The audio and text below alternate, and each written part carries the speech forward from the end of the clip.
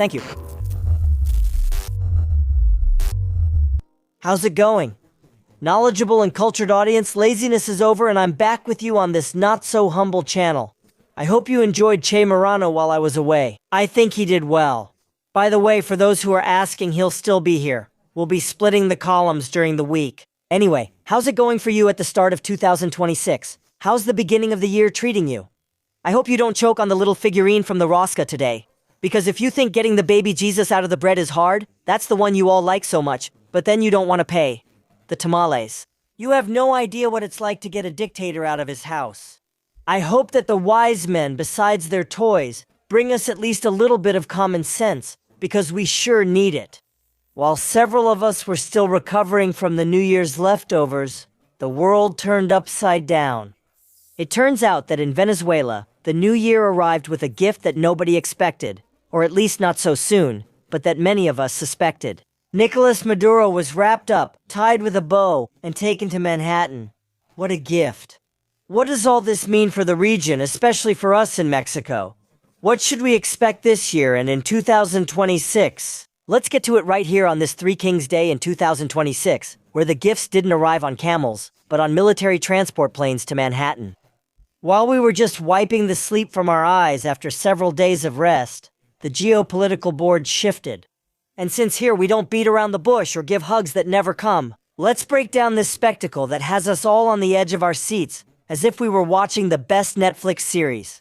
As always, let's break down reality. Even if it burns some people more than last night's spicy dinner, you know I always tell you, in politics there are no coincidences, only causes. The arrest of a head of state, especially one who lives surrounded by security rings, counterintelligence and bunkers, doesn't happen just because an American commando showed up with a butterfly net. It happens because someone on the inside sold the combination to the safe. The arrest of someone like Nicolas Maduro is not a matter of chance. It's not like he just looked out the window of Miraflores and a drone caught him with a lasso. An operation of this scale, which the Americans have already called absolute resolution with typical modesty, needs an insider to turn off the lights. To get to Maduro, they had to go through layers of Cuban intelligence, presidential security rings, and alternate routes. Who gave them the combination? History tells us that armies are loyal until the cost of the dictator, in this case Maduro, becomes unbearable. It seems someone chose to give up the boss rather than go down with the ship. Maduro. They didn't remove him when he was handcuffed, but when his own army decided the pressure outweighed the benefit of protecting him. The military are loyal until they're not. And in Caracas, someone, probably with the blessing of Delcy Rodriguez, decided to look the other way, turn off a radar, and let the extraction operation go smoothly. While power quietly shifted in Caracas, panic was evident even at morning press conferences in Mexico. Because here comes the most amusing or pathetic part, depending on how you look at it. It wasn't the arrest itself, but the reactions on this side of the border. One of the first to react with cold sweat running down his neck was our moral guide from his so-called retirement, which isn't really a retirement. At La Chingada Ranch in Palenque, the Macaspano donkey, Andrés Manuel López Obrador came out to say, through social media, that this is an attack on sovereignty and a violation of international law. Please, what the old man is really saying between the lines is run. They're coming for those who don't fall in line.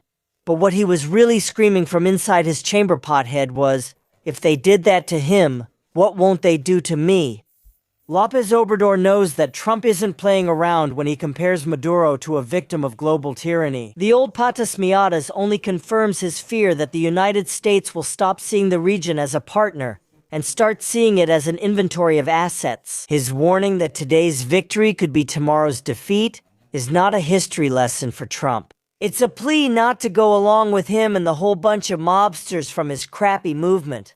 His rhetoric isn't about love for Venezuela, it's just personal panic.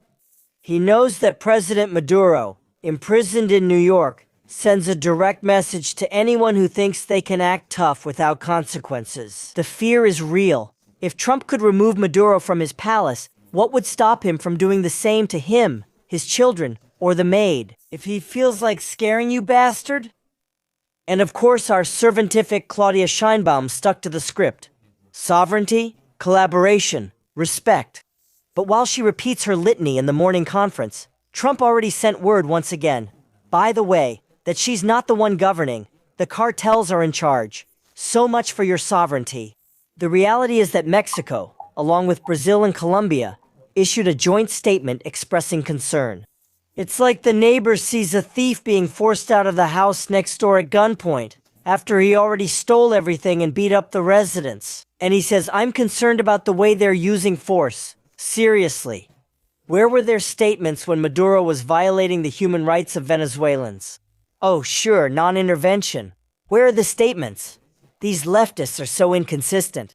Now, let's not fool ourselves or try to make Trump look like an angel either. We have to look at things objectively and face the harsh reality.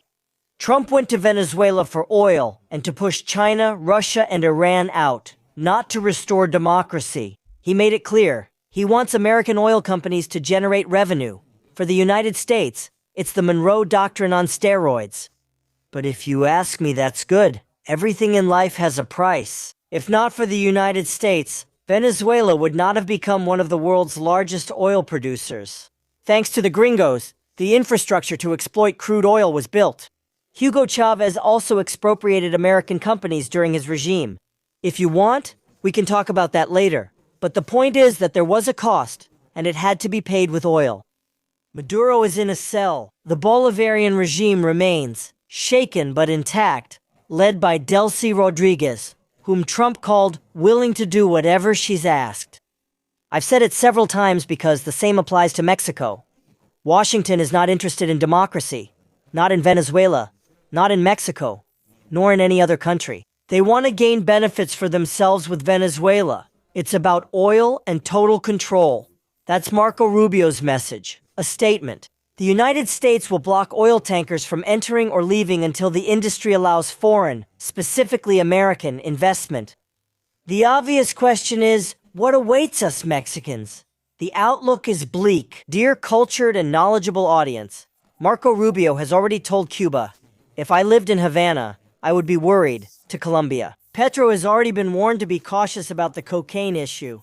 Mexico is under the sword of Damocles. With the review of the United States-Mexico-Canada agreement, this is where things get serious. For us, 2026 is the year of the trade agreement review. And with the precedent of Venezuela, Mexico comes to the negotiating table not as an equal partner, but as a neighbor, under suspicion of drug trafficking and being an accomplice to criminals.